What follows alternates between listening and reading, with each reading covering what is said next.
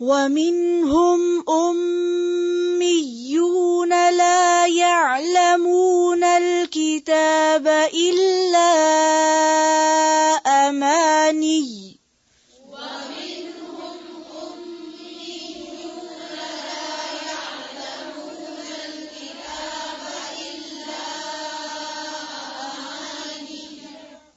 پھر سے سنیں غور سے.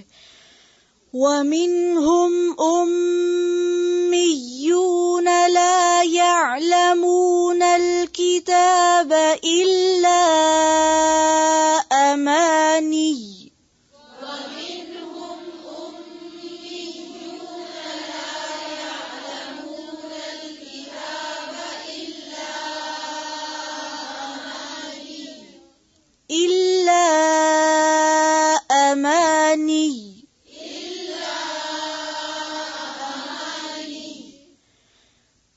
إِلَّا أَمَانِيَّ وَإِنْ هُمْ إِلَّا يَظُنُّونَ.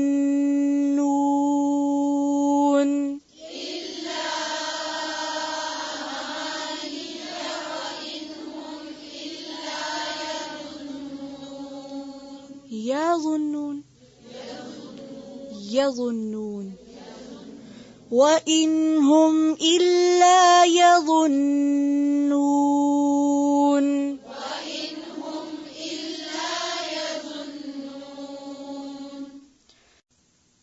ومنہم، اور ان میں سے، امیون امی ہے. امیون کا روٹ ہے الف میم میم، بے پڑھے لکھے. امی کی جمع ہے، یعنی ماں کی طرف نسبت ہے، جس کے علم کا منبع اس کی ماں ہو. بس جو اس نے سیکھا ماں سے سیکھا اور بس اسی پہ راضی. لا یعلمون الکتاب، نہیں وہ علم رکھتے کتاب کا، نہیں جانتے کتاب کو. الا امانیہ، مگر تمنائیں. امانی میم نون یہ اس کا روٹ ہے. منا کا مطلب ہوتا ہے آرزو، تمنا، خواہشات. اور یہاں امانی امنیہ کی جمع ہے، جھوٹی آرزویں، جھوٹی خواہشات. وَإِنْهُمْ، اور نہیں وہ.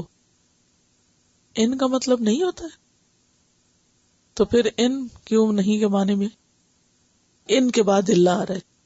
اور نہیں وہ الا مگر یظنون، وہ گمان کرتے ہیں. زن زوئے نون نون. اب فرمایا ومنہم امیون، ان میں سے کچھ لوگ امی ہیں، ان لیٹرڈ، پڑھ لکھ نہیں سکتے. لا یعلمون الکتاب، جو کتاب کا علم نہیں رکھتے، کتاب کو نہیں جانتے. ہمارے یہاں کون ان پڑھ ہوتا ہے؟ ان پڑھ کون ہوتا ہے؟ جس کے پاس دنیا کی کوئی ڈگری نہیں، وہ ان پڑھ ہے. اللہ تعالیٰ فرماتے ہیں منہم امیون لا یعلمون الکتاب، ان میں عوام ایسے ہیں جو کتاب جانتے ہی نہیں. الا امانیہ، ان کا دین پھر کیا ہے؟ کتاب پر بیسڈ نہیں ہے. کس پر بیسڈ ہے؟ امانی پر بیسڈ. امانی کیا چیز ہے؟ خواہشات، جھوٹی تمنائیں، غلط اندازے. ابن عباس نے اس کی تفسیر کیا کی ہے؟ وہ جھوٹے قصے کہانیاں جو ان کے علماء نے ان کو سنا رکھی تھی، آخرت کی نجات کے سستے نسخے جو انہیں بتا رکھے تھے، شارٹ کٹس. ہمارے ہاں کیا ہے؟ ہمارے ہاں کیا شارٹ کٹس ہیں دین میں؟ نماز نہیں پڑھو، کیا کرو؟ رمضان کے آخری جمعے عصر کے وقت 2 رکعت پڑھ لو، جس کو قضاء عمری کا نام دیا ہوا ہے. اس سے کیا ہو جائے گا؟ ساری نمازیں پوری ہو جائیں. ساری زندگی کو اچھا کام نہ کرو، بڑھاپے میں کیا کرو؟ حج کر لو. اس سے کیا ہوگا؟ سب گناہ معاف ہو جائیں گے. ٹھیک ہے، حج سے گناہ معاف ہوتے، نو ڈاؤٹ. اس امید پہ گناہ کرنا کہ ایک حج سے سب ٹھیک ہو جائے گا، اس لیے ابھی آرام کرو. اور کیا شارٹ کٹ ڈھونڈے میں ہم نے؟ قرآن پڑھو نہیں، سمجھو نہیں، جی کسی وقت 3 دفعہ قل ہو اللہ پڑھ لو یا کوئی تسبیح پڑھ لو، اس سے کیا ہوگا؟ سب معافی ہو جائے گی.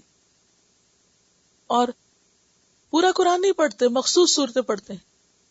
سورۃ الملک پڑھ لو، عذاب قبر سے نجات ہو جائے گی، چاہے سمجھ آتی ہے نہیں آتی.